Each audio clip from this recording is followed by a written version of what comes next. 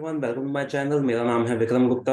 Last video में हमने class 10th का third chapter pair of linear equation in two variable start किया था और उसमें हमने पहले लास्ट ईयर का रिवीजन किया था इसी चैप्टर के बारे में, लीनियर इक्वेशन के बारे में। लीनियर इक्वेशन क्या होती है, उसका स्टैंडर्ड फॉर्म क्या होता है, सॉल्यूशंस कैसे निकालते हैं, ग्राफ कैसे बनाते हैं, ये सारी चीज़ें। फिर हमने पेयर ऑफ लीनियर इक्वेशन का भी स्टैंडर्ड फॉर्म देखा था और उसका भी ग्राफ बनाना सीखा था। उस पे से मैंने एक ये कंक्लूजन निकाला था कि अगर दो लाइंस इंटरसेक्ट हो रही हैं तो जहां पे वो इंटरसेक्ट होती है उनका इंटरसेक्शन पॉइंट, उसे कहा जाता है कॉमन सोल्यूशन, दोनों लाइंस का, दोनों इक्वेशंस का। तो आज के वीडियो में हम ग्राफ के बिना ये कैसे पता लगाया जाए कि दो इक्वेशंस में कितने सोल्यूशंस होंगे, वो हम देखने वाले हैं विदाउट यूजिंग ग्राफ। अगर आपने चैनल को सब्सक्राइब नहीं किया है तो प्लीज सब्सक्राइब कर लें। तो चलिए स्टार्ट करते हैं आज का वीडियो।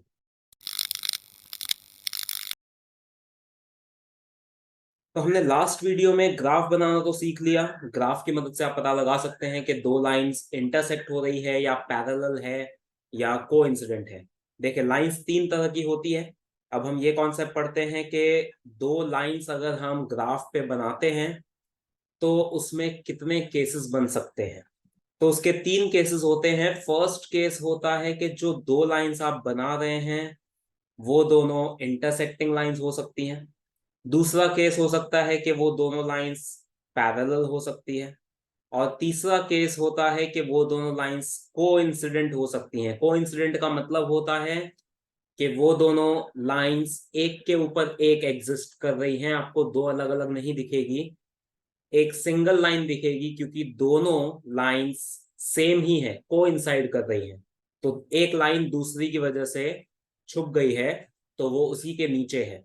तो ये तीन केसेस हो सकते हैं, इसके अलावा और कोई केस नहीं हो सकता। अगर आप दो लाइंस बनाते हैं ग्राफ पे तो या तो वो इंटरसेक्टिंग होगी, इसे हम बोलेंगे इंटरसेक्टिंग लाइंस, या फिर वो पैरेलल होगी, इसे हम बोलेंगे पैरेलल लाइंस, और या फिर वो होंगी कोइंसिडेंट, जिसका मतलब होता है कि दोनों लाइंस एक के ऊपर एक हैं तो आपको दो अलग अलग लाइंस नहीं दिखेंगी। तो ये तीन केसेस होते हैं। ये तो आपको ग्राफ बनाने के बाद कैसे पता चले वो मैंने बताया है। ग्राफ बनाएंगे तो आपको दिखेगा कि कौन सा केस है। लेकिन अब हम ये सीखने वाले हैं कि ग्राफ के बिना कैसे पता लगाया जाएगा कि तीनों में से कौन सा केस है। अगर मैं आपको सिर्फ दो इक्वेशंस दे देता हूं, सपोज फॉर एग्जांपल मैंने दो लीनियर इक्वेशंस लिखी। एक इक्वेशन है x plus 2y minus 4 equals to 0, standard form में लिखी है ये इक्वेशन मैंने। और दूसरी इक्वेशन में ले रहा हूं 2x minus 3y plus 8 equals to 0। तो ये दो इक्वेशंस मैंने ली है स्टैंडर्ड फॉर्म में, इसे हम कहते हैं pair of linear equation in two variables. अब मुझे सिर्फ ये इक्वेशंस को देखकर पता लगाना है कि ये इक्वेशंस का जब ग्राफ बनेगा तो वो तीनों में से कौन सा केस होगा। ग्राफ बनाकर नहीं पता लगाना है, विदाउट मेकिंग ग्राफ हमें ये पता लगाना है कि तीनों में से कौन सा केस है। तो अब उसके लिए हम जो वेरिएबल्स हैं इस इक्वेशन में उनके कोएफिशिएंट का यूज करेंगे और कांस्टेंट टर्म जो है उनका यूज करेंगे। स्टैंडर्ड फॉर्म हम ऑलरेडी सीख चुके हैं पेयर ऑफ लीनियर इक्वेशन का। इस तरह से होता है a1x plus b1y plus c1 equals to 0 और a2x plus b2y plus c2 equals to 0। ये होता है standard form of pair of linear equation. Last class में सीखा था हमने, वो वीडियो आपने अगर नहीं देखा है तो उसका लिंक आपको ऊपर आई बटन पे मिल जाएगा, वहां से आप वो वीडियो देख सकते हैं। तो इसमें x का कोएफिशिएंट जो है उसे हम a1 और a2 से डिनोट करते हैं, y के कोएफिशिएंट को b1 और b2 से डिनोट करते हैं, कांस्टेंट टर्म को c1 और c2 से डिनोट करते हैं। तो इनकी मदद से a1 a2 b1 b2 और c1 c2 की मदद से आप पता लगा सकते हैं कि तीनों में से कौन सा केस होगा। अब आपको ग्राफ बनाने की जरूरत नहीं पड़ेगी। तो कैसे पता लगा सकते हैं वो देखें। हम क्या करेंगे, यहाँ पर कोएफिशिएंट का रेशियो निकालेंगे। इनको कोएफिशिएंट कहा जाता है। a1 a2 कोएफिशिएंट है x के, b1 b2 कोएफिशिएंट है y के, और c1 c2 कांस्टेंट टर्म है। तो हम ये कोएफिशिएंट्स का रेशियो निकालेंगे। हम फाइंड करेंगे a1 bye a2 and b1 bye b2। ये दो रेशियोज पहले आपको निकालने हैं। अगर ये दोनों इक्वल नहीं आते हैं, a1 बाय a2 और b1 बाय b2 अगर इक्वल नहीं आ रहे हैं, इसका मतलब वो इंटरसेक्टिंग लाइंस बनेंगी। ये हम कह सकते हैं ग्राफ बनाए बिना। हमें ग्राफ बनाने की नीड नहीं है। सिर्फ ये दोनों रेशियोज निकाल के अगर सेम नहीं आ रहे हैं तो हम ऐसा श्योर कह सकते हैं कि ये लाइंस इंटरसेक्टिंग होंगी। अगर ये दोनों रेशियो सेम आ रहे हैं, a1/a2 is same as b1/b2, ये दोनों रेशियोज अगर सेम आ गए but it is not equal to c1/c2, अगर पहले दो रेशियो सेम आ रहे हैं तो आपको थर्ड रेशियो निकालना पड़ेगा। अगर पहले दो ही सेम नहीं आ रहे हैं तो थर्ड रेशियो निकालने का कोई सेंस नहीं है, फिर आपको थर्ड रेशियो नहीं निकालना है। आप डायरेक्टली कह सकते हैं वो इंटरसेक्टिंग लाइंस हैं। लेकिन अगर पहले दो रेशियो सेम आ रहे हैं फिर आपको थर्ड रेशियो निकालना है। अगर थर्ड रेशियो मतलब c1/c2 इनके इक्वल नहीं आता, इन दोनों के इक्वल नहीं आ रहा है, सपोज ये 1/2 और 1/2 है और ये 1/3 आ रहा है या 2/3 आ रहा है, तो हम कह सकते हैं कि ये दोनों इक्वल है बट इसके इक्वल नहीं है, तो ये पैरेलल लाइंस बनेंगी। तो ये होती है पैरेलल लाइंस की कंडीशन। और अगर ये तीनों रेशियोज इक्वल आ जाते हैं, a1/a2 equals to b1/b2 equals to c1/c2, तीनों रेशियो अगर इक्वल आते हैं तो हम कहेंगे कि ये कोइंसिडेंट लाइंस बनेगी। तो इस तरह से सिर्फ कोएफिशिएंट्स की मदद से और कांस्टेंट टर्म की मदद से हम पता लगा सकते हैं कि तीनों में से कौन सा केस होगा जब ग्राफ बनाया जाएगा। ग्राफ बनाने की जरूरत नहीं है, पहले ही पता चल जाएगा सिर्फ रेशियोज से कि कौन सा केस होने वाला है। तो जैसा कि मैंने ये दो इक्वेशंस ली थी, अब मैं इन दोनों इक्वेशंस में ही चेक करके बताता हूं कि कौन सा केस होगा। तो देखिए यहां पर x का कोएफिशिएंट है 1, कुछ नहीं है मतलब 1 होता है, और यहां पर 2 है, तो मैं कह सकता हूं a1/a2 इज 1/2। x का कोएफिशिएंट वो a1/a2 आ गया मेरे पास 1/2। y का कोएफिशिएंट यहाँ पे 2 है और यहाँ पे -3 है। साइन भी हमें लेना है, साइन को अवॉइड नहीं करना है। ये गलती होती है कई बार आपसे कि आप साइन को अवॉइड कर देते हैं, वो गलती नहीं करनी है, हमें साइन भी कंसिडर करना है। सो b1/b2 विल बी 2/-3, ये है b1/b2 y के कोएफिशिएंट का रेशियो। तो आप देख सकते हैं ये दोनों ही इक्वल नहीं आ रहे हैं। a1/a2 is not equal to b1/b2 in equations के केस में। तो अगर ये दोनों इक्वल नहीं आ रहे हैं तो ये वाली कंडीशन मैच हो रही है इंटरसेक्टिंग लाइंस की। मतलब जब आप इन दोनों इक्वेशंस का ग्राफ बनाएंगे तो लाइंस इंटरसेक्टिंग होगी, ऐसा हम कह सकते हैं ग्राफ बनाए बिना। आपको ये पता लगाने के लिए ग्राफ बनाने की जरूरत नहीं है कि लाइंस इंटरसेक्टिंग होगी या पैरेलल होगी या कोइंसिडेंट होगी, सिर्फ ये कंडीशन की मदद से आप पता लगा सकते हैं। इसलिए ये कंडीशन याद रखना बहुत जरूरी है, ये कंडीशंस बहुत इंपॉर्टेंट है और ये आगे भी यूज आती है, सिर्फ इस साल नहीं, आगे भी अगर आप मैथ्स लेते हैं तो उसमें भी यूज आती हैं ये कंडीशंस, ये कॉन्सेप्ट। तो ये तो मैंने आपको बता दी कंडीशंस क्या होती हैं इन तीनों केसेस में। अब हम इसके बारे में कुछ और चीजें भी देखते हैं। अब जैसे आप देख सकते हैं कि जो इंटरसेक्टिंग लाइंस होती हैं उसमें दोनों लाइंस एक ही पॉइंट पर इंटरसेक्ट कर सकती हैं। कोई भी दो लाइंस एक से ज्यादा पॉइंट पे कभी इंटरसेक्ट कर नहीं सकती। मतलब इन दोनों लाइंस में कॉमन सोल्यूशन तो सिर्फ एक ही होगा, ये वाला जो सोल्यूशन है। ये हमने लास्ट क्लास में भी देखा था कि जो इंटरसेक्टिंग लाइंस होती हैं उनमें जो इंटरसेक्शन पॉइंट होता है वो कॉमन सोल्यूशन होता है। इसका पूरा कॉन्सेप्ट मैंने लास्ट क्लास में सिखाया था, वो भी आप रेफर कर सकते हैं। तो ये जो इंटरसेक्शन पॉइंट है ये इन दोनों का कॉमन सोल्यूशन है, उसे यहां पर हम बोलेंगे यूनिक सोल्यूशन। सिर्फ उसका नाम चेंज किया है, उसे हम यूनिक सोल्यूशन बोलते हैं। यूनिक का मतलब होता है ओनली वन, तो एक ही सोल्यूशन होगा जो दोनों में कॉमन होगा, तो इसे कहा जाएगा यूनिक सोल्यूशन। दोनों लाइंस के इंडिविजुअल सोल्यूशन की बात नहीं कर रहा हूं, ये वाली जो लाइन है इसके ऊपर जितने पॉइंट हैं वो सारे इसके सोल्यूशन हैं, ये वाली लाइन के ऊपर जितने पॉइंट हैं वो सब इसके सोल्यूशन हैं। तो दोनों लाइंस के इंडिविजुअल सोल्यूशन तो बहुत सारे होंगे, यहां पर कॉमन सोल्यूशन की बात हो रही है जो एक ही होगा, जो इंटरसेक्शन पॉइंट है। तो हम पेयर ऑफ लीनियर इक्वेशन का यूनिक सोल्यूशन बोलेंगे कि जो पेयर ऑफ लीनियर इक्वेशन है उसका एक ही सोल्यूशन एग्जिस्ट करता है जो दोनों को सेटिस्फाई करे। तो इंटरसेक्टिंग लाइंस के केस में यूनिक सोल्यूशन एग्जिस्ट करता है। पैरेलल लाइंस आप देख सकते हैं, दो लाइंस पैरेलल है तो वो कहीं पर इंटरसेक्ट नहीं करेगी। पैरेलल लाइंस की बेसिक डेफिनेशन ही यही होती है। पैरेलल लाइंस किससे कहते हैं हम, जो इंटरसेक्ट ना करें। अगर दो लाइंस इंटरसेक्ट नहीं कर रही है मतलब उनका कोई कॉमन पॉइंट नहीं आएगा, ऐसा कोई पॉइंट नहीं है जो दोनों पे लाई करेगा, इसका मतलब दोनों में कोई कॉमन सोल्यूशन नहीं है। कोई कॉमन पॉइंट होगा तो कॉमन सोल्यूशन होगा, कॉमन पॉइंट ही नहीं है मतलब कोई कॉमन सोल्यूशन नहीं है। तो पैरेलल लाइंस के केस में कॉमन सोल्यूशन एग्जिस्ट नहीं करता, तो उस केस में हम लिखते हैं देयर इज नो सोल्यूशन। यहां पर एक चीज ध्यान दे कि मैं इंडिविजुअल सोल्यूशन की बात नहीं कर रहा हूं। इंडिविजुअल सोल्यूशन बहुत सारे होते हैं, इनफाइनाइट होते हैं हर लाइन के। यहाँ पर पेयर ऑफ इक्वेशंस के सोल्यूशन की बात हो रही है, मतलब ऐसे सोल्यूशन जो दोनों को सेटिस्फाई करें। इस केस में ऐसा एक ही सोल्यूशन होगा, इस केस में ऐसा एक भी नहीं होगा, इसलिए हम यहाँ पर लिखते हैं यूनिक सोल्यूशन, यहाँ पर लिखते हैं नो सोल्यूशन।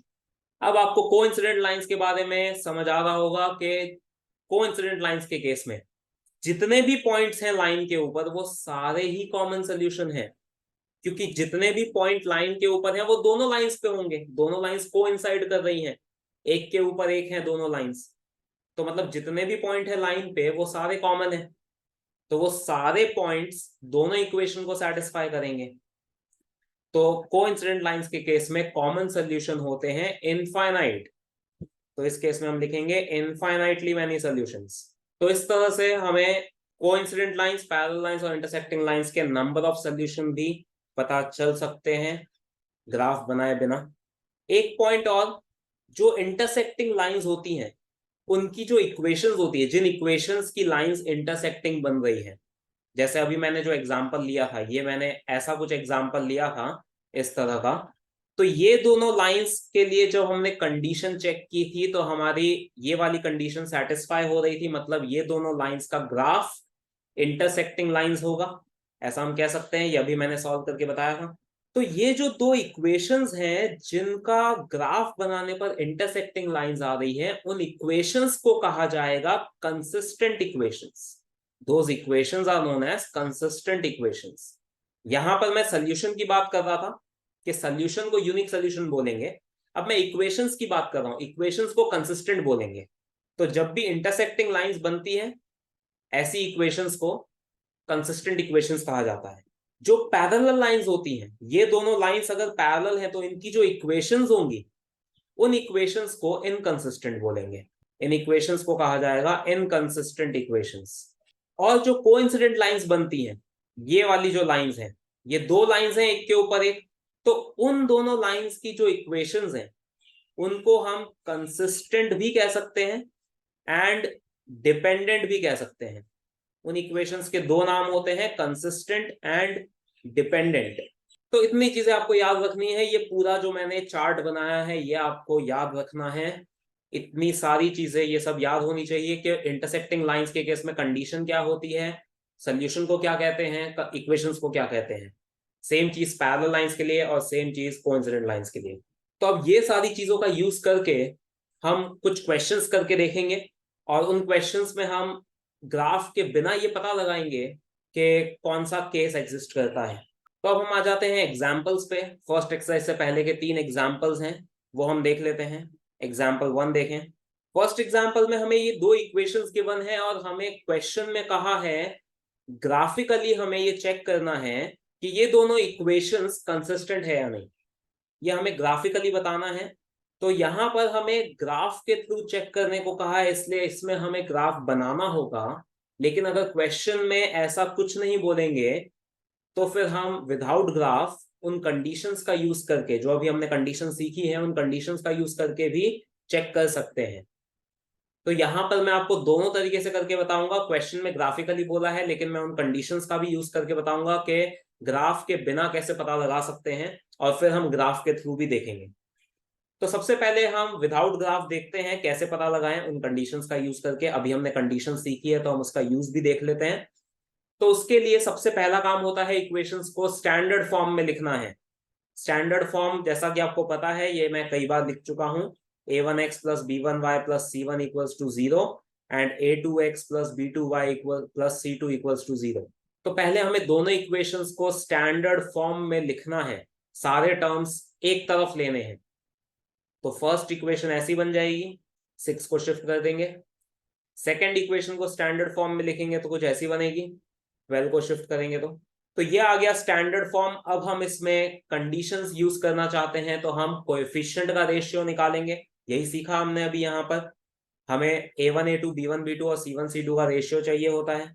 तो हम इसमें a1 बाई a2 निकालते हैं। अगर a1 इज 1, x का कोएफिशिएंट यहाँ पे 1 है और यहाँ पर 2 है, तो a1 बाई a2 आ गया 1/2। b1 बाई b2 मतलब y के कोएफिशिएंट का रेशियो, यहाँ पर y का कोएफिशिएंट 3 है और यहाँ पर -3 है। साइन भी हमें लेना है, ये मैं कई बार कह चुका हूं। तो उसमें गलती नहीं करनी है, ये हो जाएगा -1। तो आप देख सकते हैं A1/A2 is not equal to B1/B2, ये दोनों ही इक्वल नहीं आ रहे हैं तो हम C1/C2 नहीं निकालेंगे। ये दोनों अगर सेम नहीं आते तो हमें C1/C2 निकालने की कोई जरूरत नहीं है, उसका कोई हमें यूज नहीं है। इन दोनों के इक्वल नहीं होने पर हम डायरेक्टली कह सकते हैं कि ये जो दो लाइंस हैं ये इंटरसेक्टिंग लाइंस होंगी। इसका ग्राफ बनाने पर इंटरसेक्टिंग लाइंस बनेंगी, ऐसा हम कह सकते हैं, क्योंकि ये देखिए यहाँ पर इंटरसेक्टिंग लाइंस की कंडीशन सेटिस्फाई हो रही है। और इंटरसेक्टिंग लाइंस को हम क्या कहते हैं? कंसिस्टेंट इक्वेशंस कहते हैं उन इक्वेशंस को। यहां पर हमें यही पूछा था क्वेश्चन में आप देख सकते हैं हमें पूछा है कंसिस्टेंट है या नहीं, ये जो इक्वेशंस हमें दी है कंसिस्टेंट है या नहीं। तो इंटरसेक्टिंग लाइंस बन रही है, इसका मतलब हम बोल सकते हैं दे आर कंसिस्टेंट। ये जो इक्वेशंस गिवन है क्वेश्चन में वो कंसिस्टेंट इक्वेशंस हैं। तो ये मैंने आपको ग्राफ के बिना फाइंड करके बताया कि कैसे कंसिस्टेंसी और इनकंसिस्टेंसी पता लगाई जाती है। अब हम ग्राफ के थ्रू भी कर लेते हैं क्योंकि क्वेश्चन में ग्राफ के थ्रू हमें बोला है। तो अब एक बार फिर से मैं वो इक्वेशंस लिख रहा हूं यहाँ पे, x + 3y = 6 and second equation is 2x - 3y = 12। तो ग्राफ के लिए जैसा कि आपको पता है लास्ट क्लास में हमने डिस्कस किया था ऐसा कि ग्राफ के लिए हमें पहले सॉल्यूशंस निकालने हैं, दोनों इक्वेशंस के 3-3 सॉल्यूशन निकालेंगे और फिर उससे ग्राफ बनेगा। तो सबसे पहले फर्स्ट इक्वेशन के निकाल लेते हैं। x को अगर मैं 0 ले लेता हूँ, एक वेरिएबल अज्यूम करते हैं, दूसरा वेरिएबल फाइंड करते हैं। तो मैंने x को अज्यूम किया 0, तो y की वैल्यू हमें मिल जाएगी यहाँ से, y की वैल्यू आएगी 2। तो सोल्यूशन है 0,2। सेकेंड सोल्यूशन के लिए y को 0 ले लेता हूँ, तो y की जगह हम 0 रखेंगे तो उससे हमें x की वैल्यू मिलेगी 6। तो दूसरा सोल्यूशन आ गया 6,0। थर्ड सोल्यूशन के लिए मैं y को 1 ले लेता हूँ, तो y की जगह 1 रख देंगे तो उससे हमें x की वैल्यू मिल जाएगी, x = 3 आएगा। तो सोल्यूशन हो जाएगा 3,1। तो यहाँ पर आप देखें कि मैंने ऐसी ही वैल्यूज अज्यूम की है जिससे मुझे कोई भी वेरिएबल फ्रैक्शन में नहीं मिल रहा है। ये मैंने लास्ट क्लास में डिस्कस किया था। अब सेकंड इक्वेशन पे आते हैं, इसके 3 सॉल्यूशंस आ गए हैं, 3 solutions are more than enough. So now second equation में हम x को 0 ले लेते हैं एक बार, तो उससे हमें y की वैल्यू मिल जाएगी, y आएगा यहाँ पे -4। तो सोल्यूशन है 0,-4। फिर हम y को 0 ले लेते हैं, y की जगह अगर 0 रखेंगे तो उससे हमें x की वैल्यू मिलेगी, x की वैल्यू आएगी 6। तो सोल्यूशन हो गया 6,0। फिर हम y को -2 ले लेते हैं, तो y की जगह -2 रख देंगे, तो इसको सॉल्व करके हमें x की वैल्यू मिलेगी 2x = 6, therefore x = 3। तो सोल्यूशन हो गया 3,-2। तो दोनों इक्वेशंस के 3-3 सोल्यूशन आ गए। अब हम इससे ग्राफ बना लेते हैं। ग्राफ के लिए पहले हम दोनों इक्वेशंस के सोल्यूशन को इस फॉर्म में लिख लेंगे, टेबुलर फॉर्म में। फर्स्ट इक्वेशन के सोल्यूशन है 0,2, 6,0, 3,1, 0,2, 6,0 एंड 3,1। और सेकेंड इक्वेशन के सोल्यूशन है 0,-4, 6,0 एंड 3,-2। सोल्यूशंस आ गए हैं, अब ग्राफ बना लेते हैं। तो फर्स्ट इक्वेशन के सोल्यूशन है 0,2, 0,2 यहाँ पर आएगा, 6,0 यहाँ आएगा और 3,1 कुछ यहाँ पर आएगा। इन तीनों पॉइंट्स को हम ज्वाइन कर लेते हैं तो ऐसी कुछ लाइन बनेगी। इसके ऊपर हम इसकी इक्वेशन लिख लेते हैं, x + 3y = 6। अब सेकंड इक्वेशन के सॉल्यूशंस को मार्क करते हैं, 0,-4 यहाँ आएगा, 6,0 ये है और 3,-2 होगा यहाँ पे। इन तीनों को ज्वाइन करते हैं तो एक और लाइन मिलेगी। इस लाइन पे हम इसकी इक्वेशन लिख लेते हैं, 2x - 3y = 12। तो ये दोनों लाइंस बन गई हैं, आप देख सकते हैं ये दोनों लाइंस इंटरसेक्टिंग आ रही है और यहाँ पर भी हमने यही कंक्लूड किया था कि लाइंस इंटरसेक्टिंग होगी। तो रेशियो की मदद से भी हमें वही कंक्लूजन मिला था और ग्राफ से भी हमें वही पता चल रहा है। तो इससे हमें ये पता चलता है कि वो जो कंडीशंस हैं वो हमेशा ट्रू होती हैं। आप उन कंडीशंस का यूज करके भी ये पता लगा सकते हैं। तो अब क्योंकि ये इंटरसेक्टिंग लाइंस बन रही हैं इसलिए हम कह सकते हैं कि दे आर कंसिस्टेंट इक्वेशंस। हमें कंसिस्टेंसी पूछी है क्वेश्चन में तो हम उसका आंसर लिख देंगे, दे आर कंसिस्टेंट इक्वेशंस। फिर हमें क्वेश्चन में ये भी बोला है कि अगर ये कंसिस्टेंट है तो इनको सॉल्व करना है। सॉल्व करने का मतलब होता है उनका सोल्यूशन निकालो। सोल्यूशन का मतलब जो कॉमन सोल्यूशन है वो। दोनों के इंडिविजुअल सोल्यूशन तो हमने बहुत सारे निकाल लिए, लेकिन यहाँ पर पेयर ऑफ इक्वेशन के सोल्यूशन की बात हो रही है, मतलब कॉमन सोल्यूशन। और इंटरसेक्टिंग लाइंस में कॉमन सोल्यूशन हमें पता है, जो इंटरसेक्टिंग पॉइंट होता है उसे कॉमन सोल्यूशन कहते हैं, जो यहां पर है 6,0। तो इन दोनों इक्वेशंस का कॉमन सोल्यूशन है 6,0। तो जब भी हमें इक्वेशंस का सोल्यूशन पूछेंगे तो हम इस तरह से ग्राफ बनाकर सोल्यूशन निकाल सकते हैं। अभी तक हमने वही मेथड सीखा है, ग्राफ के बिना भी सोल्यूशन निकाला जा सकता है। वो कैसे निकालेंगे वो हम आगे की एक्सरसाइजेस में देखेंगे, लेकिन अभी हम सोल्यूशन निकालने के लिए ग्राफ का यूज करेंगे। जो इंटरसेक्शन पॉइंट होगा वही सोल्यूशन होगा। सिर्फ नंबर ऑफ सोल्यूशंस पता लगाने हैं कि यूनिक सोल्यूशन है या नो सोल्यूशन है या इनफाइनाइट सोल्यूशन है, तो उसके लिए आप कंडीशन यूज कर सकते हैं। लेकिन अगर आपको सोल्यूशन पता लगाना है कि वो सोल्यूशन क्या है, तो आपको ग्राफ बनाना होगा। अब इसी तरह से सेकंड एग्जांपल में भी आपको दो इक्वेशंस दे रखी है, और हमें ये पता लगाना है कि उन इक्वेशंस के यूनिक सोल्यूशन है या नो सोल्यूशन या इनफाइनाइट सोल्यूशन, और वो हमें ग्राफिकली फाइंड करना है। इसका मतलब हम उसमें कंडीशंस का यूज नहीं कर सकते, क्वेश्चन में ग्राफिकली बोला है, तो हम ग्राफ बनाएंगे सेम मेथड से। अगर इंटरसेक्टिंग लाइंस आती है तो यूनिक सोल्यूशन, पैरेलल आती है तो नो सोल्यूशन, कोइंसिडेंट लाइंस आती है तो इनफाइनाइट सोल्यूशन। तो वो एग्जाम्पल आप करके देख सकते हैं। अब इसी तरह से करना है जैसे हमने फर्स्ट एग्जाम्पल किया है। तो अब हम थर्ड एग्जाम्पल देख लेते हैं। उसमें हमें एक वर्ड प्रॉब्लम दिया है। तो यहाँ पर हमें थर्ड एग्जाम्पल के अंदर इक्वेशंस नहीं गिवन है, हमें वर्ड प्रॉब्लम दिया है। उससे पहले हमें इक्वेशंस फॉर्म करनी है, फिर हम आगे सॉल्व करेंगे। अभी तक हमने जो क्वेश्चंस किए उसमें हमें इक्वेशंस डायरेक्टली दे दी गई थी, तो अब पहले हम इसमें इक्वेशन बनाते हैं। तो अब इस एग्जाम्पल में हमें ऐसा बोला है कि उसने सेल में से कुछ पैंट्स और शर्ट्स परचेज किए हैं, और कितने पैंट्स और कितने शर्ट्स परचेज किए हैं वो हमें क्वेश्चन में नहीं दिया है। तो सबसे पहले हम ये देखते हैं कि हमें एक्स और वाई वेरिएबल क्या लेना है। तो किसी भी वर्ड प्रॉब्लम के अंदर वेरिएबल उस चीज को लिया जाता है जो हमें फाइंड करना हो। जैसे यहां पर हमें नंबर ऑफ पैंट्स और नंबर ऑफ स्कर्ट्स फाइंड करने हैं, तो उसे हम ले लेंगे एक्स एंड वाई। तो सबसे पहले हम वही मेंशन करेंगे, let the number of pants she purchased be x and the number of skirts she purchased be y. तो क्वेश्चन में जो हमें फाइंड करना होता है उसे हम एक्स और वाई अज्यूम कर लेते हैं। अब हमें क्या रिलेशन दिया है एक्स वाई में वो हम देख लेते हैं। तो सबसे पहला स्टेटमेंट हमें ये दिया है, the number of skirts is two less than twice the number of pants. तो जो नंबर ऑफ स्कर्ट्स है मतलब वाई, नंबर ऑफ पैंट्स का ट्वाइस करें अगर हम, मतलब 2x। ये है नंबर ऑफ स्कर्ट्स, और नंबर ऑफ पैंट्स का ट्वाइस करना है मतलब 2x। तो जो नंबर ऑफ स्कर्ट्स हैं वो इससे दो कम है, two less than twice the number of pants. इससे दो कम है मतलब इसमें हम -2 कर देंगे। तो number of skirts is equal to two less than twice the number of pants. तो इससे हमें इक्वेशन मिल गई y इक्वल्स टू 2x - 2। इसको हम स्टैंडर्ड फॉर्म में लिख लेते हैं, 2 को यहां शिफ्ट कर देते हैं और y को उस तरफ, 2 यहां शिफ्ट किया, y इधर शिफ्ट किया, तो उससे हमें इक्वेशन मिल गई 2x - y equals to 2। Constant को उस तरफ भी रख सकते हैं और सामने भी ले सकते हैं, उससे कोई फर्क नहीं पड़ता। ये फर्स्ट इक्वेशन आ गई।